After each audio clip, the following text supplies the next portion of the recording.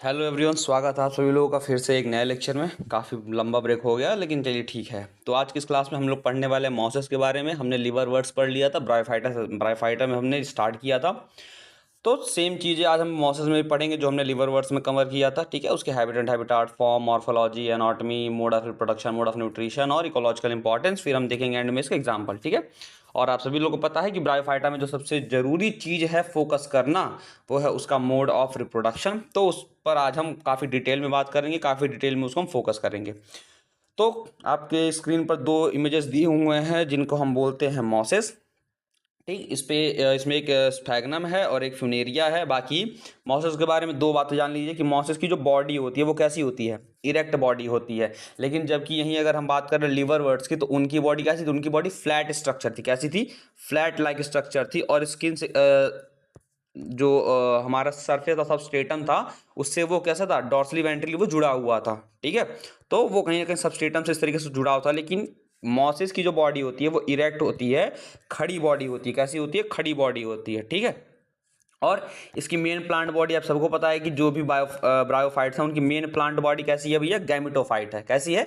Gametophyte है। और ये क्या बनाते हैं? गैमीट्स बनाते हैं। तो इतनी बात समझ में आ गई कि मॉसेस में जो बॉडी होगी वो इरेक्ट बॉडी होगी, और ये जनरली कैसे होते हैं? गैमेटोफाइट होते हैं, गैमीट्स बनाते हैं ये। ठीक है, अब हम बात करते हैं सबसे पहले अपने हैबिट एंड हैबिटाट की। मतलब भैया पाए कहाँ जाते हैं? तो ये वहीं पाए जाते हैं जहाँ पर सारे ब्रायोफाइट्स पाए जाते हैं, जहाँ पर सारे लिवरवर्ट्स पाए जाते हैं। कैसा? मॉइस्ट प्लेस होनी चाहिए, कूल होना चाहिए, शेडी इन्वायरमेंट होनी चाहिए, छायादार वाली चीज़ होनी चाहिए। ठीक है, तो ये इन जगहों पर क्या होते हैं? पाए जाते हैं। ठीक है, अब इनका जो ये ह्यूमिडिटी वाला रीज़न है वो इसीलिए होता है कि, और शेड वाला रीज़न इसलिए है ताकि ये ग्रोथ कर सके और क्या कर सकें? ये रिप्रोडक्शन कर सके। ठीक है, आसानी अच्छे तरीके से ये ग्रोथ कर सके, इनमें अच्छे तरीके से रिप्रोडक्शन हो सके। इसीलिए ये लोग मॉइस्ट और सैडी प्लेसेस पर पाए जाते हैं। क्योंकि पता है आप लोगों को कि ब्रायोफाइटा को एम्फीबियन बोला जाता है, तो इसको दो जगह पे भाई साहब जिंदगी अपना जीवन व्यापन करना पड़ता है कि इसको सॉइल चाहिए ही चाहिए, लेकिन ये वाटर में वापस जाएगा रिप्रोडक्शन के लिए। ठीक है, सेक्सुअल रिप्रोडक्शन के लिए वापस पानी में जाता ही जाता है। तो चाहे वो लिवरवर्ट्स हो, चाहे वो हमारा मॉस हो, दोनों में ये चीज़ देखने को मिलेगी कि इनमें पानी की ज़रूरत पड़ेगी ही पड़ेगी अपने रिप्रोडक्शन को क्या करने के लिए? पूरा करने के लिए। तो इतनी बातें समझ में आ गई। चलिए, अब इतनी बातें समझ में आ गई हैं सबसे शुरुआती में, तो हम बात करते हैं इनके फॉर्म की। तो भैया फॉर्म जरा देख लेते हैं। तो फॉर्म मल्टी सेलुलर होता है, यूकैरियोटिक होती है, और कैसे होते हैं? ये गैमेटोफाइट होते हैं। कैसे होते हैं? गैमेटोफाइट होते हैं। इनकी जो मेन प्लांट बॉडी होती है वो कैसी होती है? ये पूरी की पूरी प्लांट बॉडी गैमेटोफाइट है, लेकिन इसमें दो पाए जा रहे हैं, ये गैमेटोफिटिक भी और कैसा है? स्पोरोफाइट भी है। ठीक है, तो जो मेन प्लांट बॉडी है वो कैसी पाई जाती है मॉसेस में? गैमेटोफाइट। ये यूकैरियोटिक होते हैं, और कैसे होते हैं? ये मल्टी सेलुलर होते हैं। ठीक है, फॉर्म भी समझ में आ गया हमें। अब हम बात करते हैं मॉर्फोलॉजी की। तो ये मॉर्फोलॉजी तो वही है ना जो सभी ब्रायोफाइट्स की रहेगी, कि इसमें ट्रू रूट, स्टेम और लीफ नहीं पाया जाएगा। क्या नहीं पाया जाएगा? इसमें न तो कोई ट्रू रूट पाई जाएगी, ना कोई ट्रू लीफ पाया जाएगा, ना ही कोई ट्रू स्टेम पाया जाएगा। जबकि इसके अलावा इसमें क्या पाया जाएगा कि भाई सब ट्रू रूट की जगह रूट लाइक पाया जाएगा। क्या पाया जाएगा? रूट लाइक, जिसको हम बोलते हैं क्या? राइजोइड। क्या बोलते हैं? राइजोइड। मतलब ये रूट लाइक स्ट्रक्चर है। स्टेम लाइक स्ट्रक्चर नहीं मतलब सॉरी, स्टेम लाइक स्ट्रक्चर पाया जाएगा। कैसा स्ट्रक्चर पाया जाएगा? Stem like structure. Leaf like structure पाया जाएगा। एक्चुअल लीफ नहीं होगी, वो लीफ लाइक होगी। एक्चुअल स्टेम नहीं होगा, वो स्टेम लाइक होगा। इतनी बात समझ में आ गई। जो राइजोइड होगा वो किस चीज के लिए मौजूद होगा? वो अटैचमेंट के लिए मौजूद होगा, इसको जोड़ करके रखने के लिए मौजूद होगा सबस्ट्रेटम से या फिर जमीन से। ठीक, और यह यूनिसेलुलर हो सकता है या मल्टी सेलुलर हो सकता है। और मेन प्लांट बॉडी हैप्लॉइड कैसी होगी? गैमेटोफाइट होगी। ठीक है, मतलब ये एन वाला स्ट्रक्चर पाया जाएगा इसमें। कैसी होगी? ये हैप्लॉइड गैमेटोफाइट होगा। तो मॉर्फोलॉजी भी समझ में आ गई। ठीक है, जल्दी जल्दी कवर करते हैं वही सारी पुरानी बातें जो अब तक ब्रायोफाइटा में हम पढ़ते आ रहे हैं। एनाटॉमी दी नहीं है तो एनाटॉमी पढ़ने की जरूरत है नहीं, तो एनाटॉमी छोड़ते हैं। अब हम बात करते हैं मोड ऑफ न्यूट्रिशन की। तो भैया ग्रीन कलर है तो इसका मतलब क्या करेगा? ये ऑटोट्रॉपिक होगा, फोटोसिंथेसिस करेगा। तो गैमेटोफाइट जो होता है इसका वो कैसा होता है? वो होता है फोटोसिंथेटिक, और अपना खाना ये खुद बनाता है बाय यूजिंग क्लोरोफिल।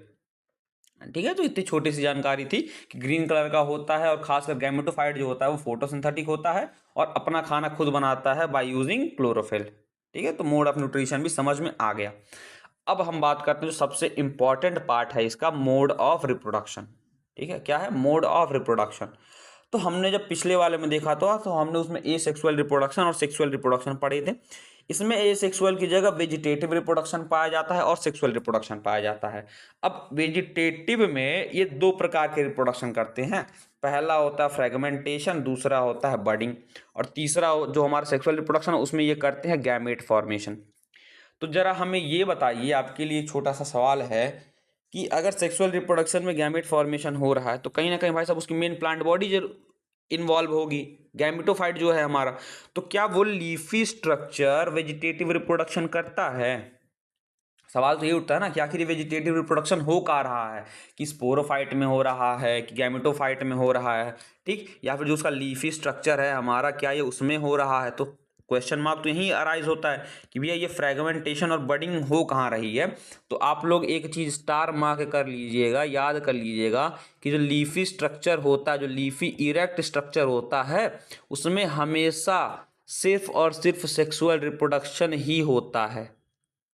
तो भैया अब सवाल तो और बड़ा हो गया कि अगर लीफी स्ट्रक्चर में सिर्फ और सिर्फ सेक्सुअल रिप्रोडक्शन ही पाया जा रहा है तो ये बाकी दोनों कहाँ होंगे, फ्रेगमेंटेशन और बडिंग कहाँ पाई जाएगी? तो आइए अब हम सिखाते हैं कि फ्रेगमेंटेशन और बडिंग कहाँ पाई जाएगी। ये इतना बड़ा सा जो आपको दिख रहा है काफ़ी लंबा चौड़ा है, तो इसको समझने की थोड़ी सी कोशिश करते हैं, ठीक है। मान लीजिए कहीं से कुछ स्पोर आए, क्या आए, स्पोर्स आए, कहीं से कुछ उड़ते उड़ते हैप्लॉइड स्पोर आए, हमें नहीं पता भैया ये स्पोर कहाँ से आए, we don't know from where this spore came, हमें नहीं पता कि ये स्पोर आए कहाँ से। लेकिन हमने इन स्पोर्स को देख करके इतना जरूर बता दिया कि सभी स्पोर्स दिखने में एक जैसे थे। कैसे थे? दिखने में एक जैसे थे। तो हमने बोला कि भैया इस कंडीशन को बोला जाता है होमोस्पोरस, मतलब ऐसी कंडीशन जिसमें सभी स्पोर्स सेम तरीके के दिखते हों उसको बोला जाता है क्या, होमोस्पोरस। अब फिर हमने एक बात और कही कि एक बड़ा सा स्टार लगाइए और लिखिए कि जितने भी ब्रायोफाइट होते हैं, जितने भी ब्रायोफाइटा होते हैं वो होमोस्पोरस होते हैं। कैसे होते हैं? होमोस्पोरस होते हैं। इन सभी के स्पोर एक जैसे दिखते हैं। तो एक बड़ा सा स्टार लगा के लिख लीजिएगा कि all the bryophytes are homosporous, all the bryophytes are homosporous because they are all the spores were same, या फिर all the spores are same. तो इस कंडीशन को बोला जाता है होमोस्पोरस कंडीशन, जहां पे सभी स्पोर्स कैसे हो, सेम हो, ठीक है। अब ये स्पोर उड़ता फिरता आया और जमीन पर आकर के गिरा। क्या किया? ये स्पोर उड़ता फिरता आया, आकर के कहाँ गिरा? जमीन पर गिरा, और जमीन पर गिरते ही यह हुआ जर्मिनेट। क्या हुआ? जर्मिनेट। और जब इसने जर्मिनेट किया तो इसने बनाया एक स्ट्रक्चर, इसने बनाया एक स्ट्रक्चर जिसका नाम दिया गया प्रोटोनिमा। क्या दिया गया नाम? प्रोटोनिमा। और ये प्रोटोनिमा कैसी होती है? क्रीपिंग बॉडी होती है, मतलब रेंगने वाली बॉडी होती है, ऐसा लगता है कि जमीन पर रेंग रही है, ठीक है। ग्रीन कलर की होती है, इसमें ब्रांचेस पाए जाते हैं और इनमें फिलामेंट्स पाए जाते हैं। ये दिख रहा है, ये फिलामेंट्स पाए जा रहे हैं इसमें, ठीक, इसमें ब्रांचिंग पाई जा रही है, ग्रीन कलर का है, ये क्रीपिंग बॉडी टाइप स्ट्रक्चर है, ठीक है। और जब ये प्रोटोनीमा सर्वप्रथम बना, पहली बार बना, तो इसीलिए इसको बोला गया प्राइमरी प्रोटोनीमा। कौन सा प्रोटोनीमा बोला गया इसको? इसको बोला गया प्राइमरी प्रोटोनीमा, क्योंकि ये पहली दफा बना है, ठीक है। तो प्रोटोनीमा क्या होता है? ये एक क्रीपिंग स्ट्रक्चर होता है, हरे कलर का होता है, ब्रांचेस पाई जाती हैं उसमें, फिलामेंटस स्ट्रक्चर होता है, उसको बोलते हैं हम प्रोटोनीमा, ठीक। और ये प्रोटोनीमा कहाँ से बना है? प्रोटोनीमा बना है जब स्पोर ने जर्मिनेट किया है ग्राउंड पे आकर के पहली दफा, ठीक है। अब जब प्राइमरी प्रोटोनीमा बन गया तो इसी प्राइमरी प्रोटोनीमा में होती है फ्रेगमेंटेशन। क्या होती है? फ्रेगमेंटेशन होती है। इसी के फ्रेगमेंट्स टूट करके, इसी प्रोटोनीमा के फ्रेगमेंट्स टूट करके एक नया प्रोटोनीमा बना देते हैं जिसको बोला जाता है सेकेंडरी प्रोटोनीमा। ये समझ में आया कि नहीं आया? फिर से शुरू करें, फिर से देख लो एक बार कि कहीं से कुछ स्पोर आए उड़ते फिरते, ग्राउंड पे गिरे, वहां जर्मिनेट किया और एक स्ट्रक्चर बनाया जिसका नाम था प्राइमरी प्रोटोनीमा। पहली बार बना इसलिए प्राइमरी प्रोटोनीमा। अब इस प्राइमरी प्रोटोनीमा में हुई फ्रेगमेंटेशन और बना दिया क्या? Secondary protonema. क्या बना दिया? Secondary protonema. तो पता चला ना भैया कि फ्रेगमेंटेशन कहाँ हुआ? फ्रेगमेंटेशन उसके ग्रीन लीफी पार्ट में नहीं हुआ, जो उससे पहले बना प्रोटोनीमा उसमें हमें देखने को मिला क्या? फ्रेगमेंटेशन। तो पहला वेजिटेटिव रिप्रोडक्शन समझ में आ गया कहाँ हुआ, ठीक है। तो पहला कहाँ हुआ? प्रोटोनीमा में, ठीक। अब जो दूसरा वाला था उसको भी देखना है भैया बडिंग कहाँ हो रही है। तो सेकेंडरी प्रोटोनिमा में कुछ लैटरल बड लाइक स्ट्रक्चर निकले। क्या लिखने?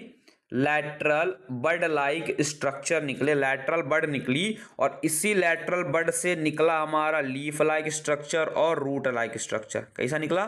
लीफ लाइक स्ट्रक्चर निकला और रूट लाइक निकला, और इसी में निकला स्टेम लाइक। तो सबसे पहले निकला भाई साहब एक स्टेम लाइक स्ट्रक्चर, यहाँ पे निकले लीफ लाइक स्ट्रक्चर, और इन लीफ लाइक स्ट्रक्चर के साथ साथ ही इसमें क्या निकली? रूट्स निकली। तो इसमें कहीं ना कहीं एक यही जो बड है हमारा, यही तो ग्रोथ करके इस स्ट्रक्चर को बना रहा है। तो इसको हम बोलते हैं लैटरल बड, या फिर इसी को, इस प्रोसेस को ही बोल देते हैं बडिंग। क्या बोल देते हैं हम? बडिंग। तो बडिंग कहाँ हमें देखने को मिली? बडिंग हमें देखने को मिली सेकेंडरी प्रोटोनिमा के अंदर। बात समझ में आ गई कि प्राइमरी प्रोटोनिमा से में फ्रेगमेंटेशन हुआ, बना सेकेंडरी प्रोटोनिमा, उसमें कुछ लैटरल बड्स हमें नजर आई, और वही लैटरल बड्स से बना स्टेम, लीफ और रूट। एक्चुअल स्टेम नहीं, स्टेम लाइक स्ट्रक्चर बना, लीफ लाइक स्ट्रक्चर बना और रूट लाइक स्ट्रक्चर बना। तो भैया अगर स्पोर हमारा हैप्लॉइड था, स्पोर हमारा हैप्लॉइड था, तो जिसने जर्मिनेट किया वो भी हैप्लॉइड ही था, क्योंकि स्पोर ही तो जर्मिनेट हुआ है। और जो प्रोटोनिमा बना वो भी हैप्लॉइड होगा, और जो सेकेंडरी प्रोटोनिमा वो भी हैप्लॉइड होगा। तो वो जो ग्रीन लाइक गैमेटोफाइट वाली बॉडी बनी सबसे पहले, वो भी तो कैसा होगा? हैप्लॉइड ही होगा। तो अब पता चला ना कि पीछे मैंने लिखा हुआ था कि इनका जो गैमेटोफाइट होता है वो हैप्लॉइड होता है। तो समझ में आया कि वो हैप्लॉइड क्यों है? क्योंकि भैया इनका स्पोर ही हैप्लॉइड है। तो स्पोर जब जर्मिनेट करके एक सेकेंडरी प्रोटोनिमा बना दिया, और जब ग्रोथ करके इसने एक लीफी स्ट्रक्चर बना दिया, तो ये लीफी स्ट्रक्चर भी कैसा होगा? ये लीफी स्ट्रक्चर भी होगा हैप्लॉइड। तो इसी प्रकार के रिप्रोडक्शन को बोलते हैं क्या? Vegetative reproduction. इतना समझ में आया कि नहीं आया? आ गया समझ में? कोई डाउट नहीं है? एक बार फिर से दोहरा देते हैं जरा जल्दी जल्दी, ठीक है? तो स्पोर थे, और वो सारे स्पोर एक जैसे थे, तो इसको बोला गया होमोस्पोरस। और याद रखने की बात ये थी कि सभी ब्रायोफाइटा एक जैसे दिखते हैं, तो इसको बोलते हैं हम कि ब्रायोफाइटा जो हैं वो कैसे हैं? होमोस्पोरस हैं। तो कहीं से एक स्पोर आया, जमीन पर गिरा, उसने किया जर्मिनेट और बनाया प्रोटोनिमा। पहली बार बना तो हमने बोल दिया कि वो था प्राइमरी प्रोटोनिमा। उस प्राइमरी प्रोटोनिमा में हुई फ्रेगमेंटेशन, बनाया सेकेंडरी प्रोटोनिमा। सेकेंडरी प्रोटोनिमा में निकली एक बड जिसका नाम दिया गया लैटरल बड, और यही लैटरल बड ने निकाला एक स्टेम, एक निकाली लीफ और निकाला रूट। तो एक्चुअल स्टेम रूट निकाला कि रूट लाइक, स्टेम लाइक और लीफ लाइक? तो निकाला भैया stem like, leaf like, root like, ना कि actual root, stem and leaf. तो इतनी बात समझ में आ गई कि हमने फ्रेगमेंटेशन देख लिया, हमने बडिंग देख ली। अब हम बात करते हैं इनके सेक्सुअल रिप्रोडक्शन की। तो भैया सेक्सुअल रिप्रोडक्शन इसी के बाद होगा, सेक्सुअल रिप्रोडक्शन इसी के बाद होगा। पहले यहां समझ लो, फिर उसको पूरा सर्कल समझा देंगे। तो अब इसी में ढूंढोगे आप एक फीमेल सेक्स ऑर्गन, और इसी में ढूंढोगे आप एक मेल सेक्स ऑर्गन। तो फीमेल सेक्स ऑर्गन होगा हमारा आर्कीगोनियम, और मेल वाला होगा हमारा एंथरीडियम। अब ये जब दोनों गैमेटोफाइट हैं तो बनाएंगे गैमेट। एक बनाएगा मेल गैमेट, एक बनाएगी फीमेल गैमेट। ठीक, मेल गैमेट कैसे होगा? बाइफ्लैजिलेटेड होगा, उसमें 2 फ्लैजिला पाए जाएंगे और मोटाइल होगा। जबकि फीमेल वाली नॉन मोटाइल होगी, बड़े साइज में पाई जाएगी, और वो आर्कीगोनियम के अंदर पाई जाएगी। ठीक, किसके अंदर पाई जाएगी? वो पाई जाएगी आर्कीगोनियम के अंदर, जो कि एक फ्लास्क लाइक स्ट्रक्चर होगा, ये मैंने बताया हुआ था। ठीक, उसके बाद ये जो हमारा एंथ्रीडिया है, ये जाएगा आर्कीगोनियम के पास, इसको करेगा फर्टिलाइज, बनाएगा जायगोट, जायगोट से बनेगा एम्ब्रियो, और एम्ब्रियो क्या करेगा? इसी के अंदर एम्ब्रियो क्या करेगा? मल्टीप्लाई करके एक बॉडी बनाएगा, जिसमें मौजूद होंगी क्या? उसमें मौजूद होंगी फूट, उसमें मौजूद होगा सीटा, और उसमें मौजूद होगा कैप्सूल। तो भैया यही सारी चीजें आगे लिखी हुई हैं। तो जरा देखिए कि यहां तक आपने देख लिया, इस वाले स्ट्रक्चर तक हम पहुंच गए। तो अब इसमें हम ढूंढेंगे क्या? आर्कीगोनियम, और ढूंढेंगे क्या हम? एंथ्रीडियम। तो एंथ्रीडियम में हमारे बनेंगे बाइफ्लैजिलेटेड स्पोर, या फिर इन्हीं को स्पर्म बोला जाएगा। क्या बोला जाएगा? स्पर्म बोला जाएगा। ठीक है, मतलब सॉरी, गैमेट्स होंगे, स्पोर नहीं होंगे, गैमेट्स होंगे, माफ कीजिएगा। ये होंगे स्पर्म, वो भी कैसे? बाइफ्लैजिलेटेड। ठीक, और इसी में हम ढूंढेंगे आर्कीगोनियम, और इस आर्कीगोनियम में मौजूद होगा क्या? एग मौजूद होगा। क्या मौजूद होगा? एग मौजूद होगा। तो जब स्पर्म है वो ट्रैवल करेगा पानी के थ्रू, ठीक है। तो कहीं ना कहीं पानी की रिक्वायरमेंट हुई ना इसके सेक्सुअल रिप्रोडक्शन को कंप्लीट करने के लिए। तो पानी की मदद से ये जो स्पर्म है हमारा, बाइफ्लैजिलेटेड स्पर्म है, ये पहुंचेगा एग के पास, इसको करेगा फर्टिलाइज और बनाएगा क्या, जाइगोट। क्या बनाएगा, जाइगोट बनाएगा। ठीक, अब जब जाइगोट बन गई तो इतना पता है भैया कि जाइगोट से बनेगा एम्ब्रियो। क्या बनेगा, एम्ब्रियो, जिसको हम बोलेंगे यंग स्पोरोफाइट। क्या बोलेंगे, यंग स्पोरोफाइट या फिर स्पोरोफाइट। अब जब स्पोरोफाइट बन गया तो यही स्पोरोफाइट क्या होगा, इनलार्ज होगा। क्या होगा, इनलार्ज होगा। अपने में बनाएगा वो फुट, सीटा और कैप्सूल। क्या बनाएगा, फुट, सीटा और कैप्सूल। तो ये देखने को मिला ना कि जो स्पोरोफाइट है वो डिपेंड कर रहा है किसके ऊपर, गैमेटोफाइट के ऊपर। किसके ऊपर, गैमेटोफाइट। तो sporophyte depends on the gametophyte for its nutrition, for its nutrition. अब जब ये बन गया तो हमारा जो कैप्सूल है, कैप्सूल के अंदर मौजूद थी टिश्यू। कौन सी, स्पोरोजिनस टिश्यू। क्या मौजूद था, स्पोरोजिनस टिश्यू। उस स्पोरोजिनस टिश्यू में मौजूद थी स्पोर मदर सेल। क्या मौजूद था, स्पोर मदर सेल। और उस स्पोर मदर सेल में बने हमारे क्या, स्पोर्स। क्या बने, स्पोर्स बने। अब ये जो स्पोर्स थे, जब ये हमारा कैप्सूल रप्चर हुआ, कैप्सूल फटा, तो यही स्पोर्स हवा में उड़ गए। और जब यही स्पोर हवा में उड़ गए तो फिर वो गिरे जमीन पर, किया जर्मिनेट, बनाया हमारा एक यंग लीफी गैमेटोफाइट स्ट्रक्चर। फिर से वही साइकिल पूरी की पूरी चलती आ गई। तो अब हमें पता चल गया ना कि ये जो स्पोर की हम बात कर रहे थे स्टार्टिंग में, ये स्पोर आया कहाँ से। तो अब हमें पता है भैया ये स्पोर आया है कहाँ से, स्पोरोफाइट से। कहाँ से आया है, स्पोरोफाइट के कैप्सूल से। तो अब फिर से वही स्पोर जाकर के जर्मिनेट करेगा, प्राइमरी प्रोटोनिमा बनाएगा, सेकेंडरी प्रोटोनिमा बनाएगा, लीफी स्ट्रक्चर बनाएगा। फिर लीफी स्ट्रक्चर में ढूंढेंगे हम एंथ्रीडियम, आर्किगोनियम। एंथ्रीडिया से निकलेगा हमारा स्पर्म, आर्किगोनियम मौजूद होगी एग। स्पर्म आएगा, इसको करेगा फर्टिलाइज, बनेगा जाइगोट। जाइगोट बनाएगा एम्ब्रियो। एम्ब्रियो जो होगा वो एनलार्ज होगा, बनाएगा फुट, सीटा, कैप्सूल।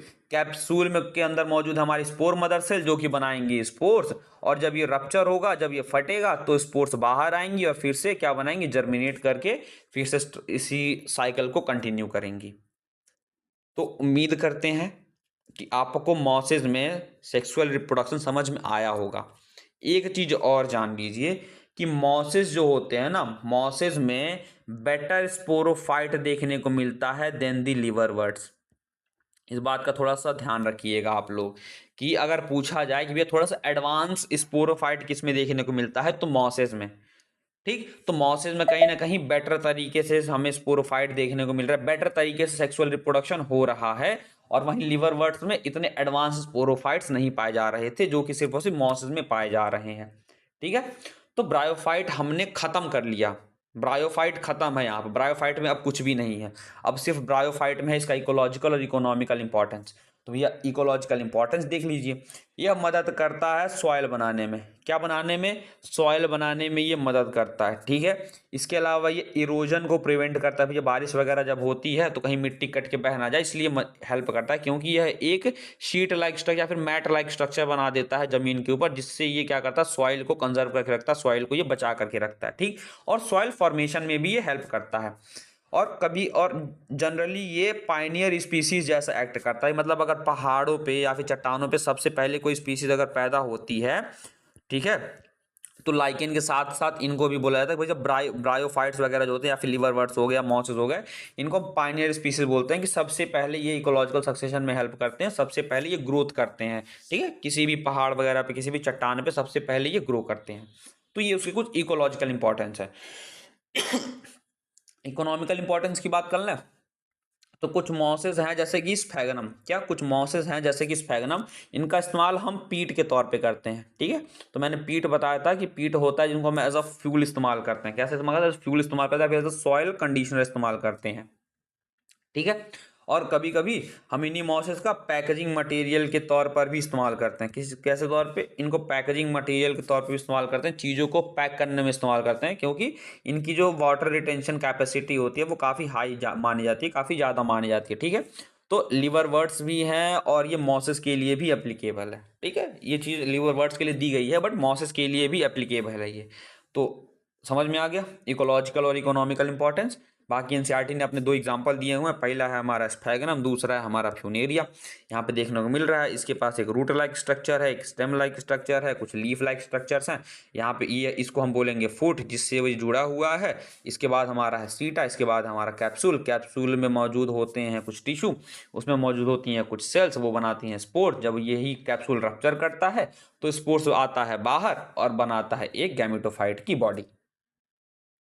तो उम्मीद करते हैं कि आपको मॉसेस भी समझ में आया होगा। लिवर वर्ड्स खत्म कर चुके हैं ऑलरेडी हम, तो ब्रायोफाइटा हमारा होता है खत्म। मिलते हैं आप लोगों से टेरिडोफाइट्स के पहले लेक्चर में जल्दी जल्दी से जल्दी ही।